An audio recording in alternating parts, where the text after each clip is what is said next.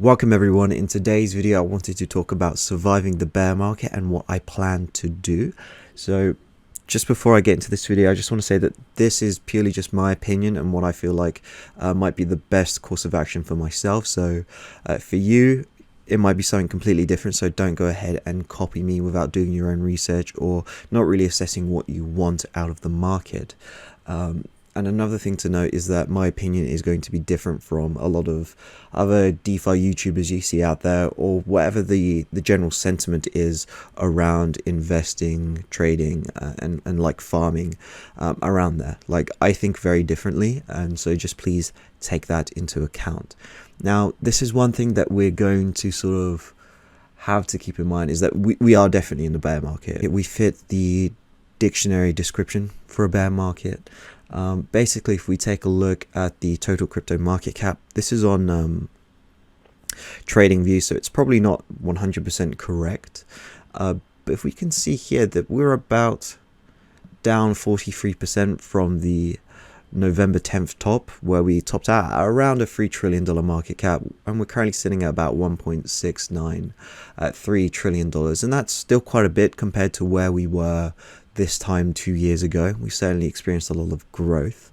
However, we haven't seen much growth in the last 80 days. And as you can see here, we sort of topped out during May, went down, and then went sideways for the rest of the year.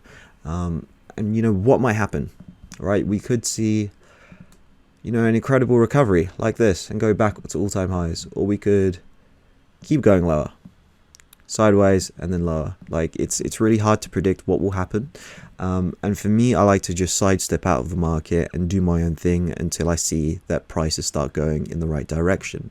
I'm not someone who is going to let my bags go to oblivion. I'm not sitting on a 90% drawdown.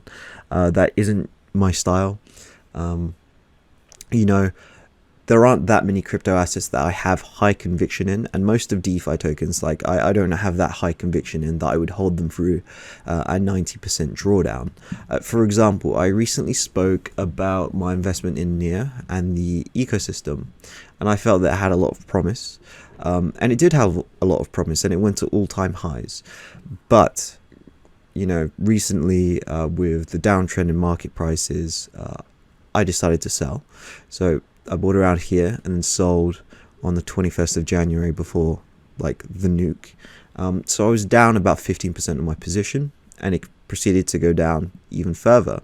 So even if I decided to buy back now, I'm still up. I'm technically up if you think about it. So if I held my investment, I'd have like, you know, 15% less money.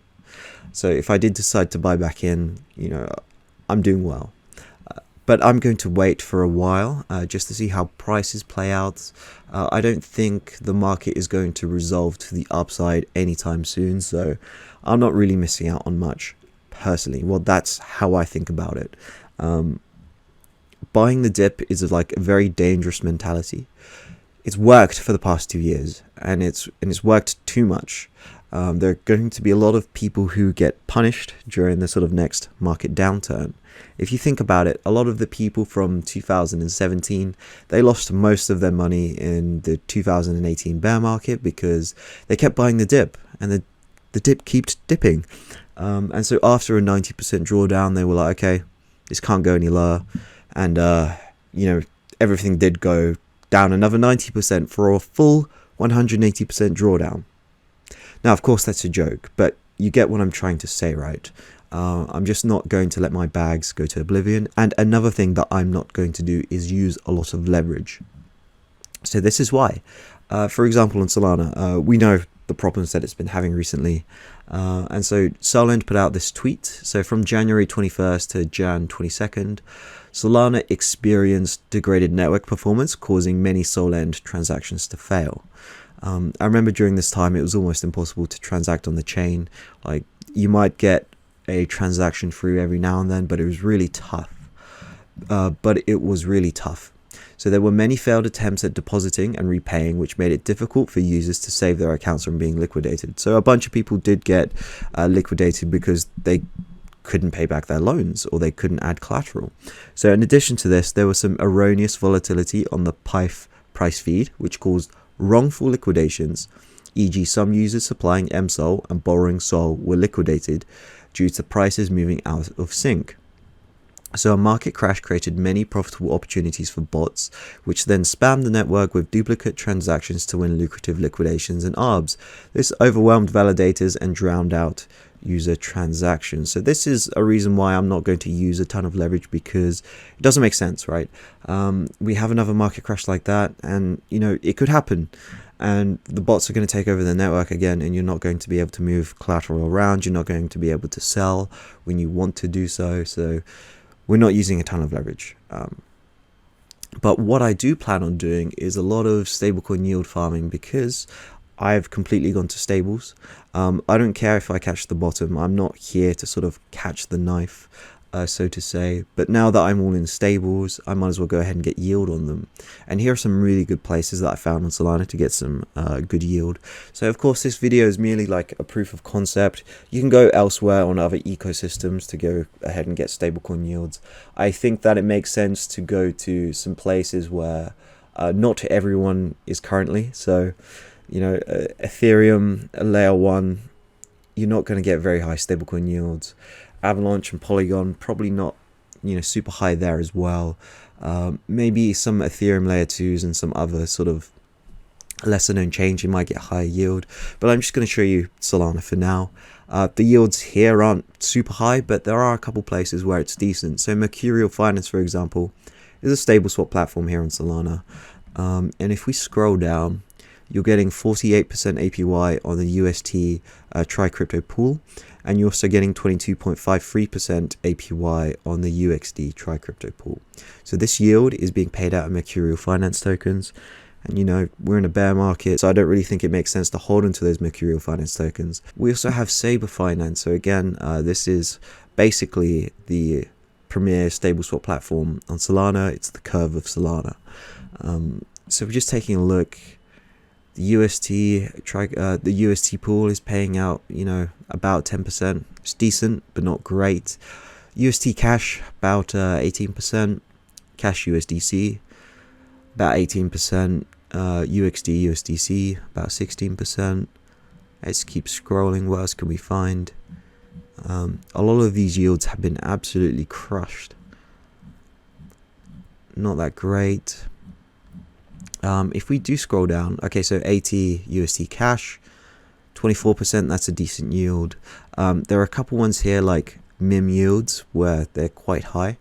Now this is something that I would maybe stay away from right now, because there's been a lot of confidence shaken in the sort of Frog Nation tokens. Abracadabra as well has been hit by this. So MIM has come off peg quite recently, and we'll see how this plays out. Will it completely come off peg and go to zero? I don't know, but for right now I don't want to mess with MIM, and it seems that a lot of other people don't want to mess with MIM either.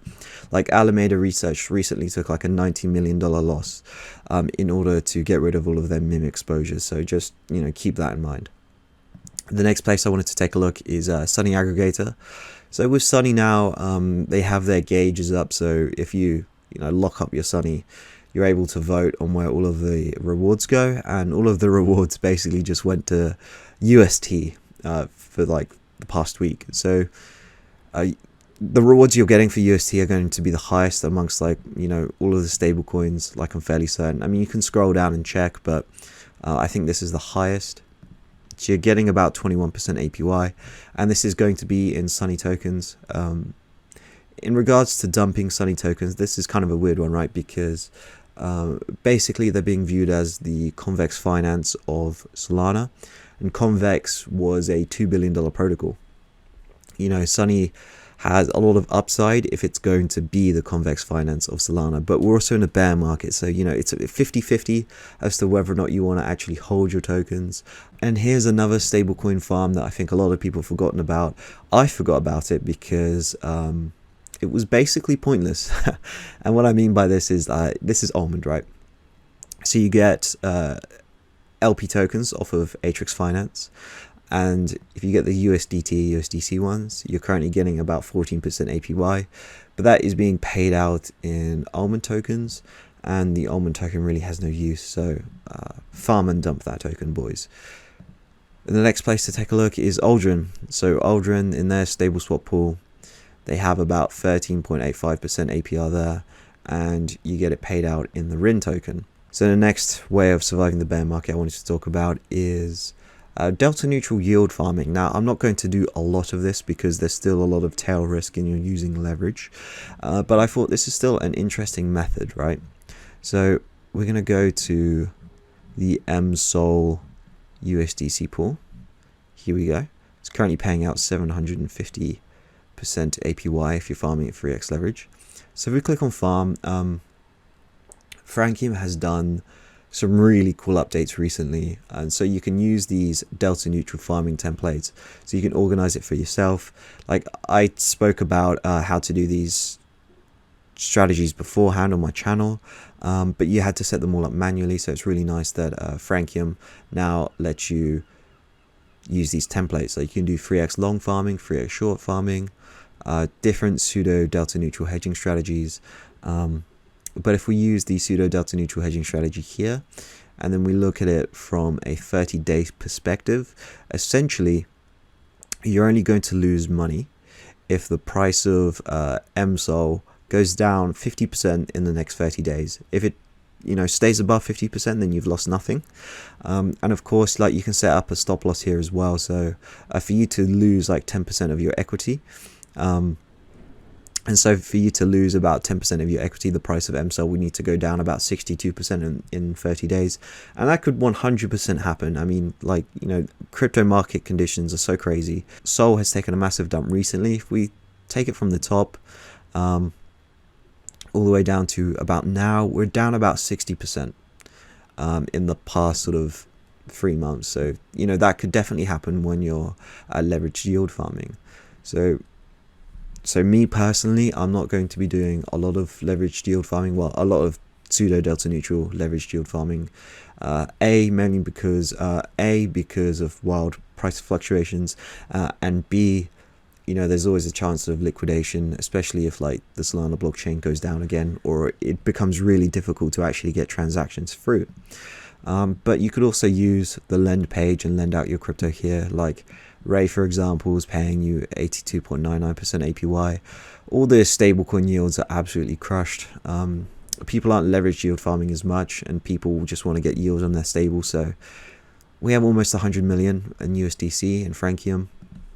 If you think about it, when I started covering Solana DeFi back in September, I think Frankium only had like a million in its lending pool, which is kind of crazy to me, like how much growth it's seen recently. And the last thing I wanted to talk about is basis trading. So I've covered this on my channel quite a bit, but just to sum it up quickly for those who don't know, essentially what it does, it involves using perpetual futures and spot markets in order to create a delta neutral position.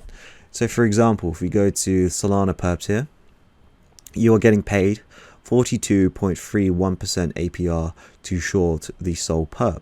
So to structure this trade, what you would do, you would short, say for example, $100 worth of SOL perp, and then buy $100 worth of SOL spot. So you have a $200 position, but you're not exposed to the price of SOL because your short will cancel out your long because they're even. But you are also collecting that 42% APR on the initial $100. So on the $200, the total capital that you're using, it's about 21% APR that you're receiving on a synthetic crypto stablecoin. So that's really cool. But it's not only on Solana perps that you can do this. You can do this on, say, like Bitcoin, for example. Sell the BTC perp and then buy BTC spot, and then you'd be getting like 39. And then you'd be getting like 39.5% APR for doing so. For Ethereum, you'd be getting about 41.5%. Luna's paying out the most right now, so you could just go ahead and short whatever markets are paying the most. So you could do this all on Solana as well. Like you can get Wrapped, Avalanche, Luna, ETH, Bitcoin. I don't know about Matic, Atom, Dot, or ADA. I'm sure you can if you just check out on Jupiter Aggregator to see whether or not you can actually do that swap. So those were my thoughts and feelings on the bear market and what I'm planning to do. I know for most of you guys, you're not willing to sell a lot of the assets that you've accumulated. Say, for example, on your Sol, you might want to get yield on your Sol, but you can just copy the steps that I did here. But so you can use the similar steps that I did here, but use it to get yield on your Sol instead. So you could LP in this pool for 10% APY on Sunny as well. Wherever we got like 10% APY here on Sol. So yeah, you could obviously do that, get yield on your Sol as well, or whatever other assets that you have, like your ETH. So thank you for watching. I hope you enjoyed this video, and make sure to subscribe for more videos like this one.